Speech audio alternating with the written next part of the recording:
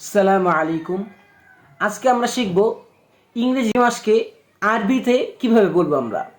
তো কথা না বাড়িয়ে চলো শুরু করি।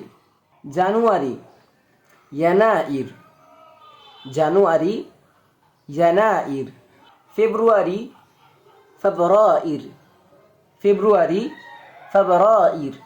মার্চ, মার্চ, মার্চ, মারিস।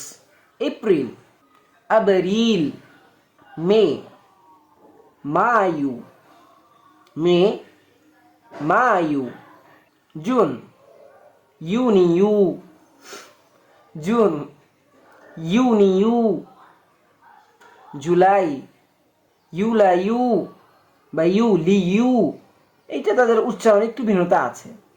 আগস্ট, আগস্টিস, আগস্ট, আগস্টিস।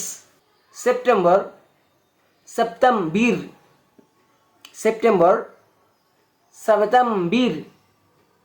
অক্টোবর, অক্টোবির, অক্টোবর, অক্টোবির। নভেম্বর, নোভাম্বির, নভেম্বর, নোভাম্বির। ডিসেম্বর, ডিসেম্বির বা ডিসাম্বির। আপনার মূলত মনে রাখতে হবে যে আসলে ইংরেজি এই 12 মাসের নামকেই আরবিতে রূপান্তর করা হয়েছে। তো এটা আসলে মূলত নির্ভর করে তাদের ব্যবহারের উপরে। সুতরাং মূলত এটা শুনে শুনেই শিখতে হয়। তো আজকে এই পর্যন্তই। যারা সহজে আরবি শিখতে চান তারা এই চ্যানেলটি সাবস্ক্রাইব করে দেন। আসসালামু আলাইকুম।